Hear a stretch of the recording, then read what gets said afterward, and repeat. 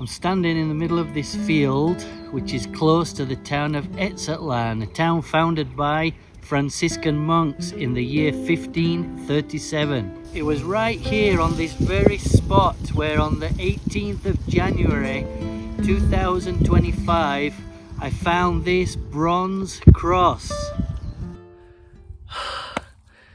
27 signal, got a cross, a bronze cross. Look at that. I don't know if I broke it, the rest is in there, or it was broken. That is a bronze cross.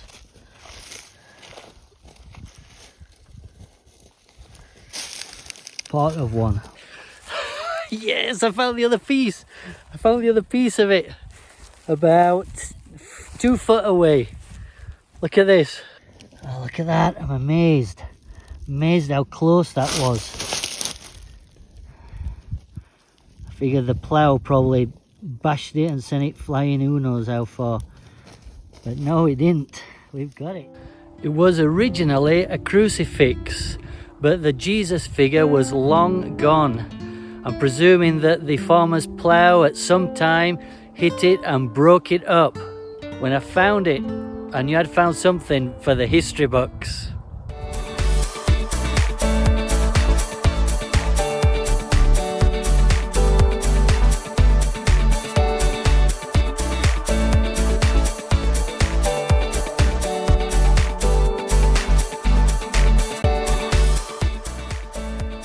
Hey, I'm Memo and welcome to my channel, Finding Memo, where you'll find me finding treasure with my trusty metal detector and also doing all things treasure related.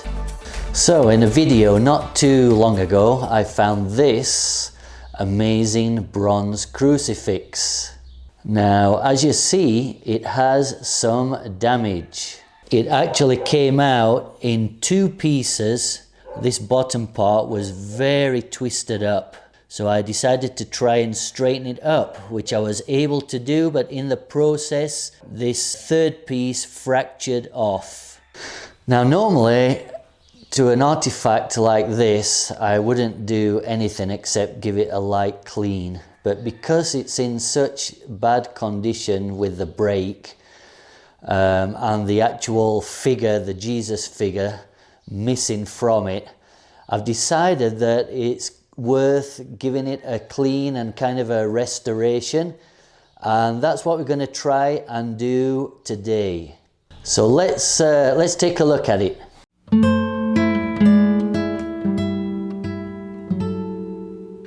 So this is what's known as a budded cross, and it's predominantly a Catholic symbol, which makes sense, being found outside of a Franciscan founded town, but there are Protestant denominations that also use the budded cross. Now each extreme of the cross has 3 buds that represent the Trinity, so Father, Son and Holy Spirit. The origin of the budded cross is actually pre-Christian. It's believed to originate with the Celts, the Celtic Druids, and then later on it was adopted as a Christian symbol by early Christians in Britain and across Europe.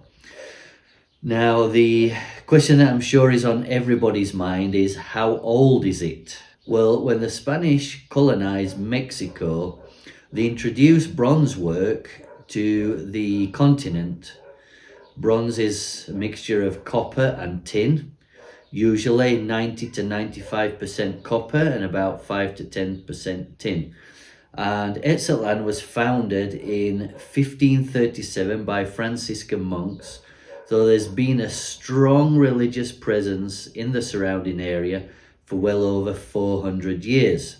Now it's also worth considering, taking into account, that there's copper mines in the hills around Etzatlán, although there's no tin in the area. So could this bronze budded crucifix have been made locally? It's a possibility, but there's simply no way to know with any certainty. Now if you look closely, you can see that the eye isn't centered. and the buds aren't even either, which strongly suggests that this piece was handmade or it was cast. And the dark green patina and the amount of corrosion on the piece suggests an age of at least 100 years. So I don't believe that Franciscan monks commonly use this type of crucifix, and I don't believe that a common person, a farmhand, servant or such person, would have been able to afford a bronze crucifix, especially of this size. So it would most certainly have belonged to a wealthy person, a landowner, hacendado, community leader, maybe second generation colonizer, somebody like that. So putting all the pieces together, an educated guess at the age of the piece would be 1700s, early 1800s, so 200 to maybe 300 years old.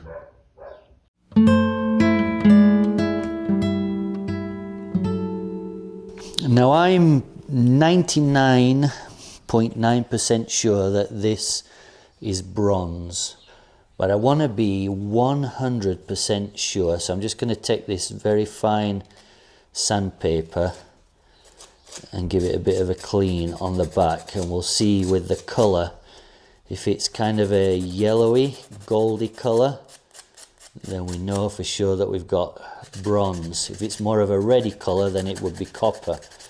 But like I say, I don't think it is copper. Yeah, and you can see right there that we've got that very nice bronze colour.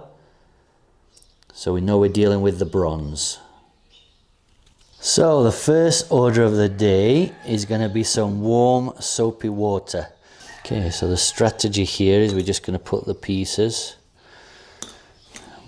in here, let them soak while we give them a gentle rub with the toothbrush, soft toothbrush. Now I don't expect that this is going to get the tarnish off at all. It might help with any dirt that's left on there. Okay, we'll leave that for a few more minutes and then we'll get it out and dry it. Okay, let's get this out of here.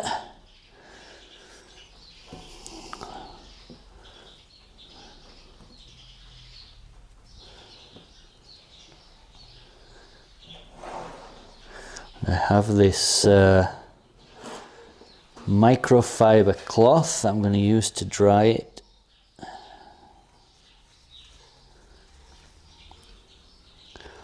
You can see there's quite a bit of corrosion on this one, but that should all come off with very light sanding.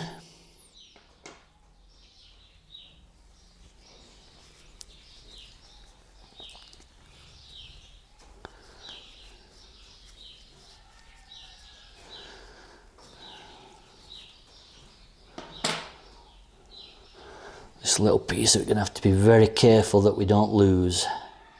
I'm just going to very carefully and steadily work on these pieces.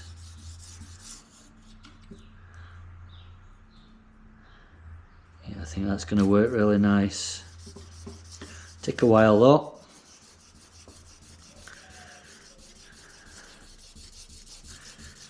Keep working on this and I will be back. So I moved up into my office. It's a bit cooler up here and I'm going to work on getting this smoothed out.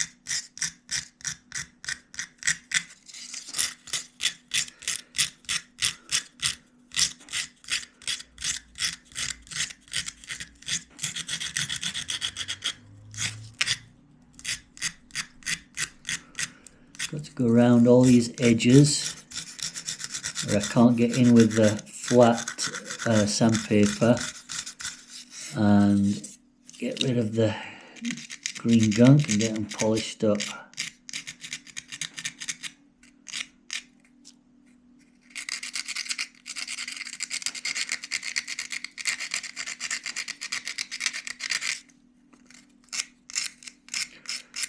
be working well. It's just slow process.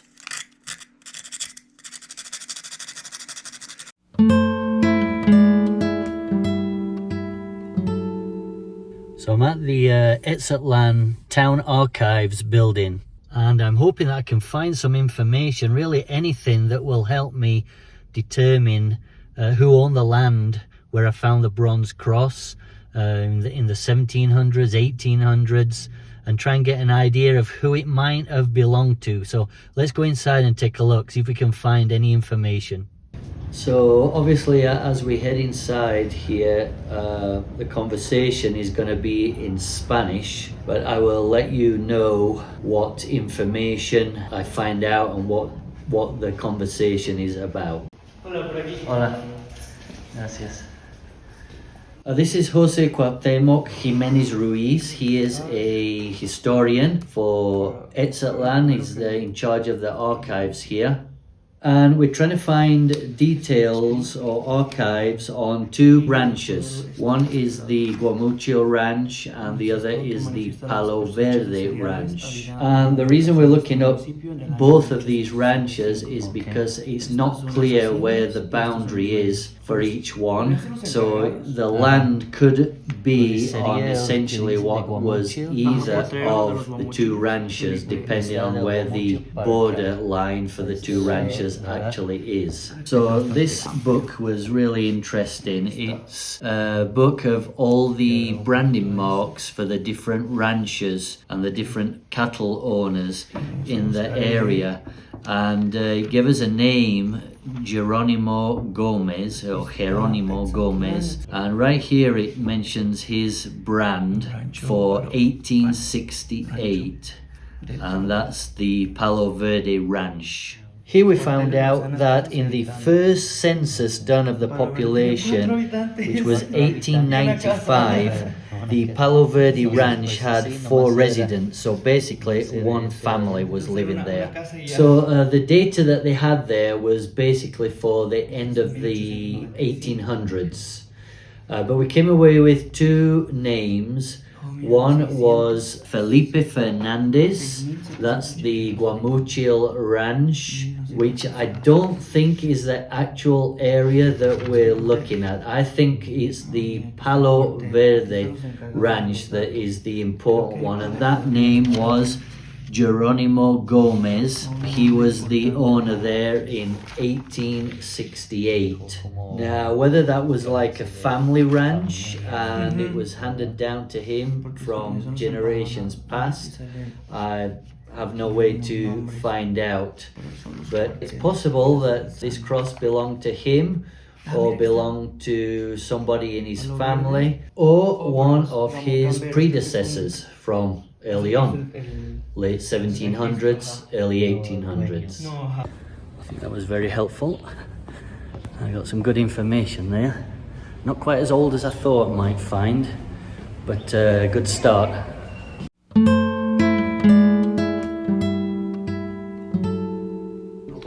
I was unable to find any of the supplies I needed for soldering the cross, but in the process of looking I came across this guy who fixes jewellery.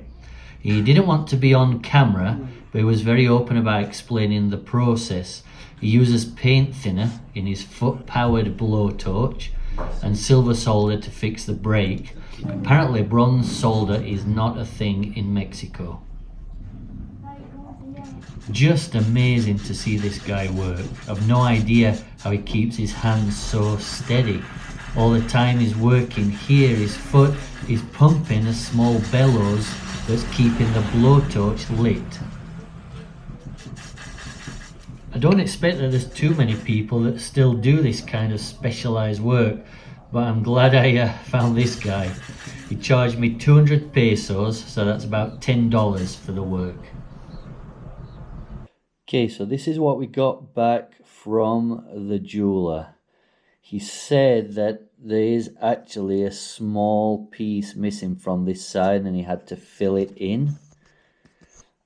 So right now it looks kind of a mess, but obviously we're going to clean it up. We're going to re-sand it. We're going to buff it. We're going to make sure that it's nice and flat on both sides, and I think we can work with it. I'm glad I took it to him. I don't think I could have done it myself. It would have been very difficult. He has all the specialized equipment and the special blowtorch with the fine nozzles and all the rest of it, which I do not have or have any way to get. So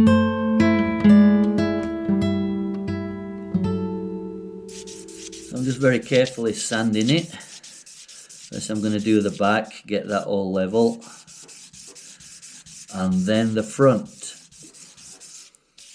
It's going to take some time and some patience, but I think it's going to be worth it. See that it's already starting to shine again. I think that's going to look pretty good when it's finished. Okay, I've been working on it for a couple of hours and I'm pleased with the progress. I've got it cleaned up. That's about as much as I can do. If I take any more off the back or the front, then I'm going to weaken it too much because of the solder there. So the next stage, what I'm wanting to do is infill the cross there, maybe with some wood or something. I'm going to give it a think and decide exactly what I want to do and how I'm going to do it, and then I'll show you that process. So I've been trying to figure out what the best way is to do this inlay, and I basically came to the conclusion that I was going to have to use this veneer that I have. I'm going to stick it down. I'm going to see if I can get some epoxy and get that stuck down, but I need to stain it first because I want it to be dark. I want it to be like this darker color here, like the walnut.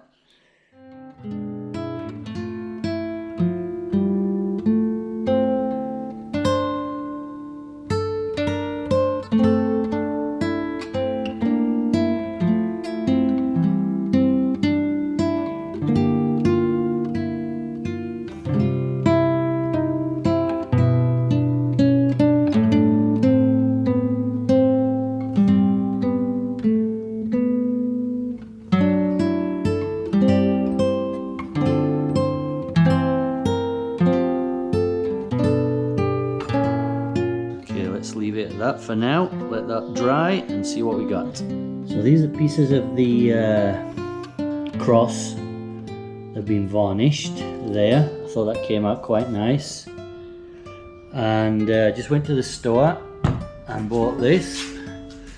This is paste to buff up the cross here, to polish up this cross. This is the only one that they had. I've no idea if it'll work or not. It says it's for metal, and it cost me 47 pesos, which is about $2. So as far as the price goes, it's all right. We'll see if it works.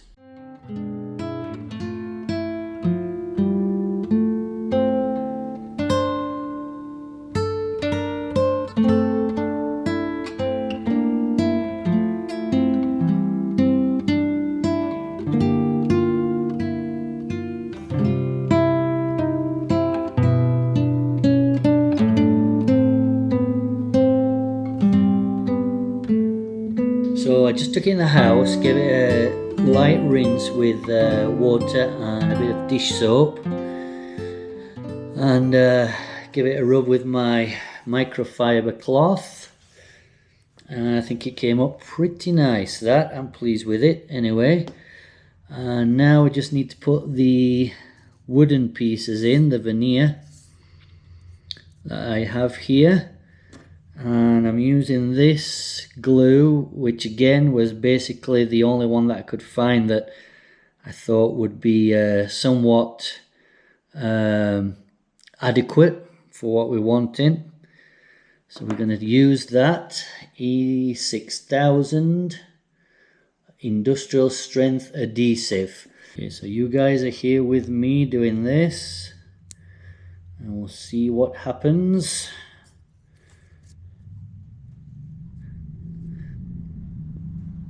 I've never used this glue before. Oops, sorry about the traffic noise. Everybody in town just decided to drive past the house, it would seem. Quite thick. There we go, not put too much on. Let's see, I'm going to skin everything to it. Okay, let's see if we can clean that up a bit with the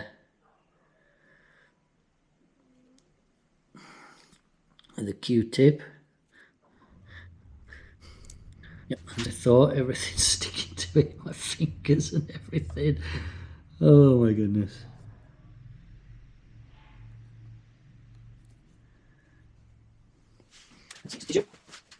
Here's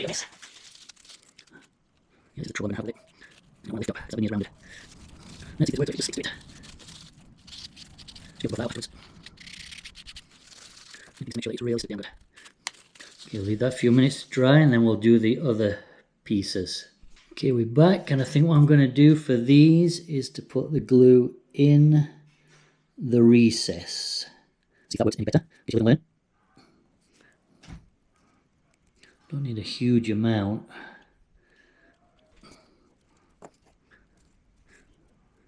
Oh, that one went in really good. Straight in. See that side? Yep. Yep. Okay, we'll let that dry good. Give it a bit of a clean and show you the end result.